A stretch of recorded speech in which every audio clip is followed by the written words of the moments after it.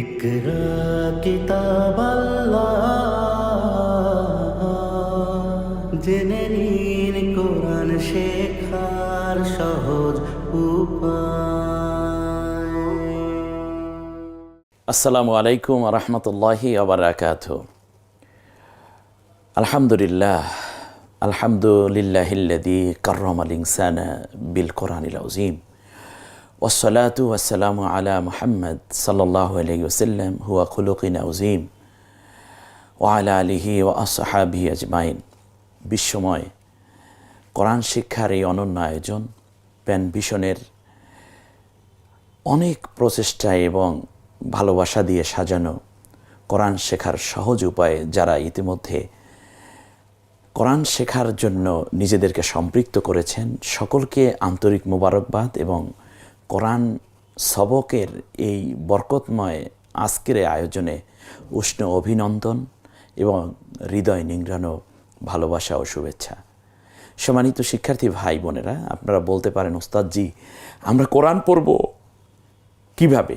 এতদিন পর্যন্ত আপনারা কোরআনই পড়েছেন, এতদিন কোরআন পড়েছেন, আপনি বুঝেন নাই। কিন্তু আমি ঠিকই আস্তে আস্তে করে আপনাদেরকে কোরআনের ম্যাটার দিয়েই পড়িয়েছি। আগের পড়াগুলো আপনি কিভাবে বুঝতে পেরেছেন সেটাই হচ্ছে মৌলিক বিষয়। আমরা শিখেছি, মাত শিখেছি, মনে আছে? জের জবর পেশ, অর্থাৎ খারাজের খারা জবর উল্টা পেশ থাকলে একালিপ টেনে বলতে হয় কোনো হরফে থাকলে। এরপরে এই চিহ্নটি যদি থাকে তাহলে সেটাকে 4 আলিপ টেনে বলতে হয়। এই চিহ্নটা থাকলে 3 আলিপ টেনে বলতে হয়। এটা মাদের চিহ্ন, এই চিহ্নটা হলেই 3 আলিপ টানবেন। শুধু এতটুকু মনে রাখেন, তার কারণ মাদ যে প্রকার আছে এগুলো যদি জানাতে যাই তাহলে আপনারা আর কোরআন শিক্ষার জন্য অনেকে বিব্রত হবে না। আমি চাচ্ছি যারা একেবারে জেনারেল শিক্ষিত মানুষ কিংবা যারা কোরআন শিখতে ভয় পাচ্ছেন অথবা ভুলে গেছেন তাদেরকে শুধু সিম্বলটা মনে রাখেন। এটা 3 আলিপ টান, এটা 4 আলিপ টান, শেষ। খারাজের খারা জবর উল্টা পেশ 1 আলিপ টান। আর শিখেছেন জবরের বাম পাশে খালি আলিফ হলে 1 আলিপ টেনে বলতে হয়। আমরা স্ক্রিনে 2-3টা উদাহরণ দেখতে পাচ্ছি। এরপরে আপনারা শিখেছেন জেরের বাম পাশে যজমলা ইয়া। জেরের বাম পাশে যজমলা মানে হচ্ছে যে সাকিন যে অক্ষরটা হবে, যে যজমলা ইয়া, যেটা এই যজমলা ইয়াটা হলে 1 আলিপ টেনে বলতে হয়। এরকম 2-3টা উদাহরণ আমরা দেখতে পাচ্ছি। এরপরে হচ্ছে পেশের বাম পাশে যজমলা ওয়া, এটা হলেও 1 আলিপ টেনে বলতে হয়। এখন আমি আপনাদের খেদমতে সোজা চলে যাচ্ছি কোরআনেরই কিছু আয়াত নিয়ে, তারপরে আমরা সবক অনুষ্ঠানে চলে যাব ইনশাআল্লাহ বিমাশিয়াতিল্লাহ। দেখুন তো স্ক্রিনে মূলত 6টা শব্দ এসেছে, 6টি বাক্যই আমি যদি বলি অসুবিধা নেই। আপনার ডান পাশে রয়েছে আরবি, বাম পাশে রয়েছে বাংলা। আরবির ঠিক উচ্চারণটা বাংলায় আছে, কিন্তু বাংলায় এলোমেলো করে দেয়া আছে।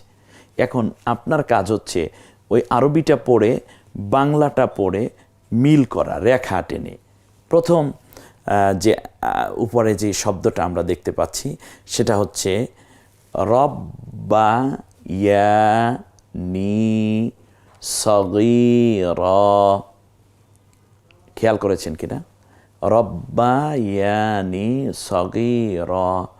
আমরা খুব সম্ভব আজকের ক্লাসের শেষ দিকে অথবা আগামী ক্লাসে ইনশাল্লাহ আগামী পর্বে আমরা দেখব যে ওয়াকফের হালতে মানে থেমে যাওয়ার জায়গায় কিভাবে মদ হয়। তাহলে ভেতরের যেই পড়া যেটা আছে এটা মাদ আমরা শিখে ফেলেছি। এরপরে আলিফ লাম মিম ইয়াসিন ইয়াসিন খলাকল ইনসানা, একটু খেয়াল করেন। এরপরে জা আল হক বিমা উনজিলা ইলাইক, এ পর্যন্ত আছে।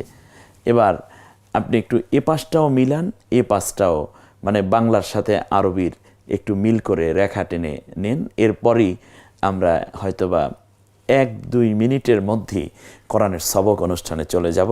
তার আগে ছোট্ট একটু প্র্যাকটিস করিয়ে নিলাম, মাঠের মধ্যে প্র্যাকটিস করিয়ে নিচ্ছি যাতে করে রাস্তাটায় ভালো চলতে পারেন। এই মানে একেবারে শেষ ঝালাইটুকু আমরা করার চেষ্টা করছি। এরপরে আমরা চলে আসছি, আসুন আল্লাহর কালাম কোরআনুল হাকিম তিলাওয়াত করি। তিলাওয়াতের ক্ষেত্রে সর্বপ্রথম যেই বিষয়টা আপনি খেয়াল রাখবেন সেটা হচ্ছে আপনি সারা জীবন কোরআন পড়তে পারেননি, আজকে আপনি একটি আয়াত মাত্র তেলাওয়াত করুন, আপনি সফল। কালকে 2টো আয়াত তেলাওয়াত হবে, পরের দিন 3টি আয়াত তেলাওয়াত হবে। এমনি করে করে এক পারা না হয় আস্তে আস্তে পড়বেন, দ্বিতীয় পারা না হয় আস্তে আস্তে পড়বেন, এরপরে দেখবেন আস্তে আস্তে আপনি ভালো চলতে পারছেন।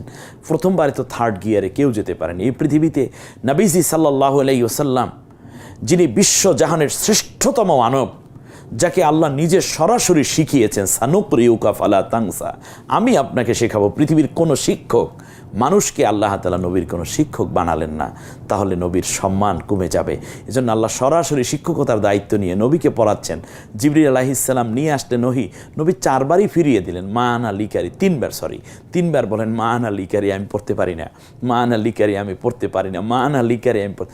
মুহাম্মদ সাল্লাল্লাহু আলাইহি ইসলামের মতো মহামানব বলছেন আমি পড়তে পারছি না, তুমি আমাকে পড়াইতে চাও, আমি পড়তে পারছি না। তুমি আমাকে বলতে বলো, আমি তো পড়তে পারছি না। পড়তে বলছো, পড়তে পারছি না। একরা তুমি পড়ো, নবী বলছেন না আমি পড়তে পারি না বলতে। আপনি তো 3000 বারও ফিরিয়ে দেওয়ার কথা, তারপরেও বলবো আপনি পড়তে পারবেন। যেমন জিবরিল আলাইহিস সালাম, রাসূল সাল্লাল্লাহু আলাইহি ওয়াসাল্লাম পড়তে পারি না বলার পরে জিবরিল ফিরে যায়নি, আমিও কিন্তু আপনাকে না শিখিয়ে ফিরে যাব না। তবে জিবরিল আলাইহিস সালামের কথা শুনে রাসূল হেরা পাহাড়ের গুহা থেকে বেরোয় দৌড় দেয় নাই। আপনি এখানেই বসুন, আপনার কম্পিউটার, আপনার ল্যাপটপ, আপনার মোবাইলের মধ্যে একের পর এক চমৎকার করে পর্বগুলো সাজানো আছে। আমরা কত সমৃদ্ধ করার চেষ্টা করেছি, এবং এখানেই কোরআন সবক পর্যন্তই, কোরআন শেষ না কিন্তু। আমি আপনাদের সাথেই থাকবো ইনশাআল্লাহ, দোয়া করবেন। আর আপনি শুধুমাত্র নিয়ত করুন আমি কোরআন পড়ব, আপনি দেখবেন কোরআন পড়তে পারবেন। এটাই হচ্ছে সাফল্য আপনার জীবনের জন্য। অতএব নবীজি সাল্লাল্লাহু আলাইহি ওয়াসাল্লাম 3বার বলেছেন আমি পড়তে পারবো না, তাহলে আপনি তো অবশ্যই পারবেন না বলবেন প্রথমে, কিন্তু আপনাকে পারতেই হবে। আর এটা পারার মাধ্যমে আপনার সাফল্য আপনি নবীজি সাল্লাল্লাহু আলাইহি ওয়াসাল্লামের উম্মত হিসাবে আজকে প্রতিষ্ঠা করতে যাচ্ছেন। আমরা সোজা চলে যাচ্ছি ইয়াসিন। আমরা একটু প্রথমে পড়ে নেই। আউযু বিল্লাহি মিনাশ শাইতানির রাজিম। আমার সাথে সবাই পড়েন। বিসমিল্লাহির রহমানির রহিম। রব্বি জিদনি ইলমা। এবার আমরা চলে যাচ্ছি সোজা স্ক্রিনে যে লেখাটুকু আমরা দিয়েছি আজকে সেই পড়াটুকুতে। মাশাআল্লাহ, প্রথমে দেখতে পাচ্ছেন ইয়া এবং সিন। প্রথমেই যেই চিন্তাটা করবেন সেটা হচ্ছে আপনি দেখবেন যে আপনি হরফগুলো চিনেন কিনা, অক্ষরগুলো চিনেন কিনা। প্রথমটা যে ইয়া, নিচে 2 নক্তা, এটা চিনেন কিনা, সিনটা চিনেন কিনা। ইয়ার উপরে জবর দেয়া আছে, ইয়া এবং খাড়া জবর, আপনি বলেন ইয়া, বাস। যেহেতু এটা খাড়া জবর, এজন্য একালিপ টেনে বলুন ইয়া। সিন বলবেন, তার কারণ হচ্ছে সিনে কোনো হরকত নাই, এজন্য পূর্ণ হরকতটাই বলতে হবে। এগুলোকে বলে হরুফে মুকাত্তাআত। কিছু সূরার প্রথমে, কোরআনের কিছু সূরার প্রথমে আপনারা এরকম শুধু হরফ দেখতে পাবেন, এগুলোকে বলে বিচ্ছিন্ন হরফ বলে। তখন হরফটা পুরো উচ্চারণ করবেন এভাবেই। আমরা যেমন কফ, নুন, আলিফ লাম মিম, আলিফ লাম র, তোয়া হা, এরকম কিছু শব্দ আমরা পাবো। নুন, এই শব্দগুলো আমরা মানে হরফগুলো পুরো উচ্চারণ করব।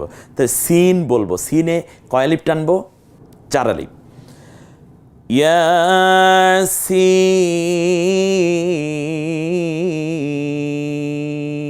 ইয়াসিন। মাশাআল্লাহ, আমার সাথে একবার চেষ্টা করুন। এবার আপনি বলুন আবার। এরপরে হচ্ছে ওয়া। ওয়ার উপর জবর দিয়ে ওয়া, আলিফে কিছু নাই। ল, শুধু ল বলবো কারণ লতে জজম দেয়া। ওয়া আর ল মিলে হয় ওয়াল। এরপর হলো ককে দেয়া আছে রস্যুকার কু, তারপর শুধু র, রটাকে আমরা মিলিয়ে নেই, কুর সাথে র মিলাই, কি হবে? কুর।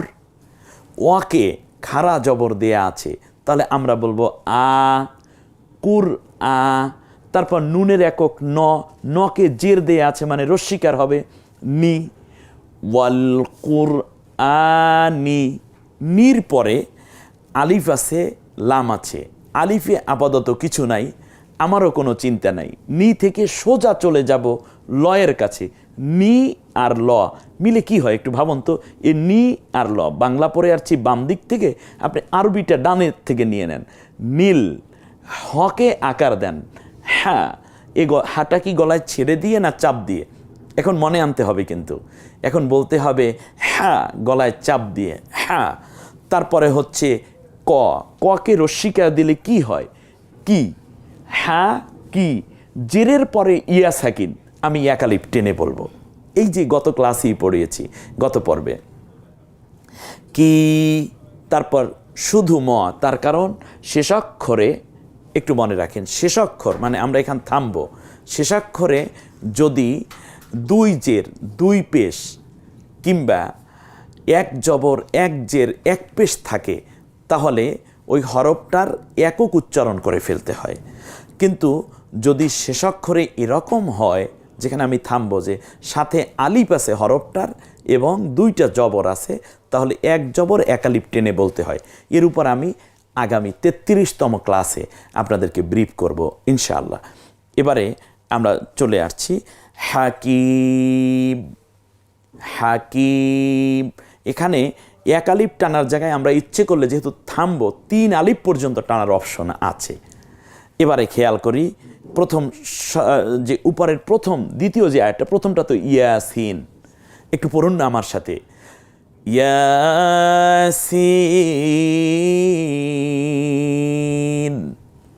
রাসূল সাল্লাল্লাহু আলাইহি ওয়াসাল্লামের এক নাম হচ্ছে ইয়াসিন, এর জন্য আমরা সাল্লাল্লাহু আলাইহি ওয়াসাল্লাম বলবো।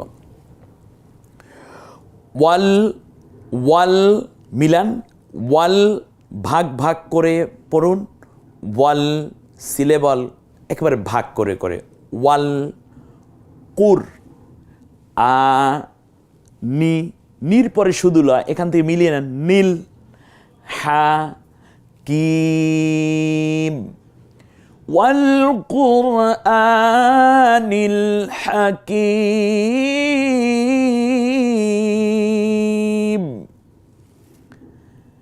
দ্বিতীয় লাইন, হরফের নিচে জের, আলিফের নিচে জের, জের দিলে ই হয়ে যায়, ই। তারপর হলো নুনের ন, একবার জজমের মতো পড়ুন, ইন, নকে আবার আকার দিন, না, তাসদিদ যেহেতু, ইন্না, ইন্না। এখন ইন্না যে বলছে, এখানে গুণ্য হবে আবার, কারণ দুইটা হরফ যার উপর তাসদিদ দিলে গুণ্য হয়। আমরা যখন তিলাওয়াতের ক্লাসে যাব, প্যানভিশনের সাথে থাকুন, দেখবেন প্রত্যেকটা জায়গায় আমি টাচ করে করে ধরিয়ে ধরিয়ে আগের কথাগুলো মনে করিয়ে দেব। আপনারা যাবেন না, ইনশাল্লাহ কোরআন শিখতে পারবেন, আপনার জীবনের শ্রেষ্ঠ আকাঙ্ক্ষাটি পূর্ণ হতে যাচ্ছে। ইন্না, ইন্না, ইন্না, নুনের উপর তাসদিদ আবার জবর। তাহলে প্রথমে আসুন ইন, জজমের মতো, তারপর নকে আবার আকার দিন, না, তারপর কাপের একক ক, ককে আবার আকার মানে জবর দেয়া আছে, কা, ইন্নাকা। এরপর হচ্ছে লা, লকে আকার দিলে লা, মকে রস্বীকার মি, নকে আকার না, লামিনা, লামিনা। হরকতের উচ্চারণ তাড়াতাড়ি করিতে হয়, লামিনা। নার পরে আলিফ আছে, লাম আছে, আলিফে কিছু নাই, আমারও কোনো চিন্তা নেই।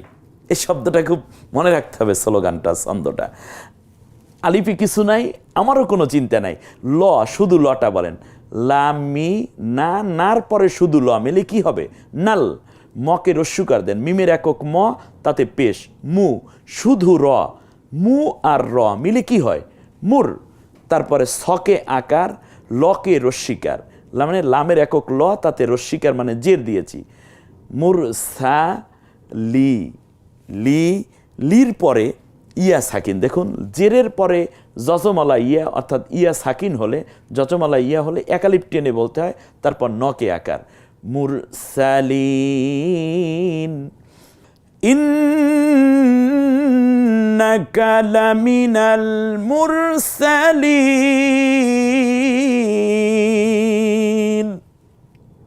আ, লা, ইয়াই কিছু নাই, আমারও কোনো চিন্তা নেই, একালিপ টান হবে, লা, আলা, সি, র, তিম। তাসদিদের আগে দুই জের থাকলে, তানবিন থাকলে একটা নিয়ে বলতে হয়, তিন না বলে তিম মু, তিম্মু একসাথে মিলিয়ে নেন, তারপর শুধু স মুস, ততে আকার, কফে ইয়া, কফের নিচে জের, কফের একক ক, তাতে জের দিলে কি হয়, জেরের পরে ইয়া সাকিন, একালিপ টেনে বলুন, তারপর শুধু ম পড়ুন, কারণ থামলে এটা মিমের 2 জের থাকলেও 2 পেশ থাকলেও এটা শুধু ম হয়ে যাবে। মুস্তাকিম আলা সিরাতিম মুস্তাকিম।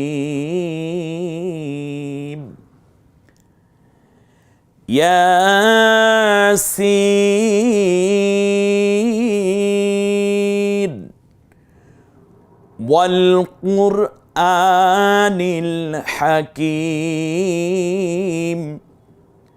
ইন্নাকা লামিনাল মুরসালিন আলা সিরাতিম মুস্তাকিম।